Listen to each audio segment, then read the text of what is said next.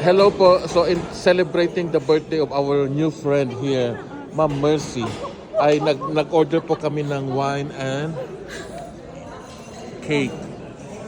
Ito maganda itong cake na to. Oh. Madali, kanta muna kami.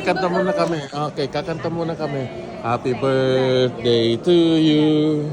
Happy birthday to you. Happy birthday, Ma'am Mercy. Happy birthday to you. Ayan po ang kanyang cake. Na napaka-simple birthday na frustrated kami kasi cake lang ang hinanda niya. Gracias, amigas. Disappointed kami kasi cake lang yung hinanda niya eh. Akala ko magbibigay siya ng malaking party. Simple. Sa na lang daw sa 50 years. Hindi 40 na, di ba? 50 years old. 40, di ba? Ayan. Ayawan ko kung sino-sinungaling sa inyong dalawa. Ayan. 38. 38 siya. Mukha hindi siya 30. Mukha siya 37. Wala tayong eh. Di ba? Ma'am Mercy, parang hindi ka 38. You look like 37 and a half. 27. 37 and a half. Enjoy your cake. Ayan po yung cake niya. Cheers. Cheers po. Cheers. Ano yung kape ko? Wala pa. Cheers na. Nakalimutan.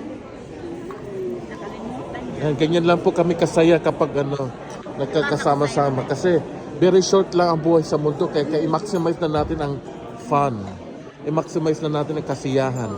Kasi hindi natin alam, maaring bukas, makalawa, enjoy lang ang buhay. Kasi alam mo naman ang buhay, very short. Thank you very much for watching. Ayun, bakit may saging pa dyan? Ayan, yun. Masarap yan, masarap yung cake niya. Anong cake ito? Mukhang tiramisu, tiramisu.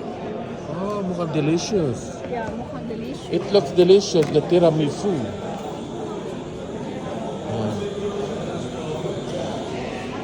Yan, may pa-wine ng konti, may kape-kape, tinatinapay, okay.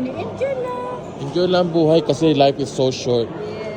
Yan, wag po nating Seryosoin. ang iksi na nga ng buhay, pinapaiksi pa natin lalo by stressing ourselves. Yung dapat pag may time, enjoy din. Tagay-tagay lang.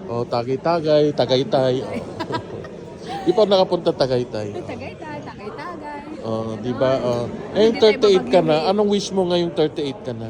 Gusto ko lang na... Thank you very much for that good answer. Tagal, no? Tagal mo sumagot eh.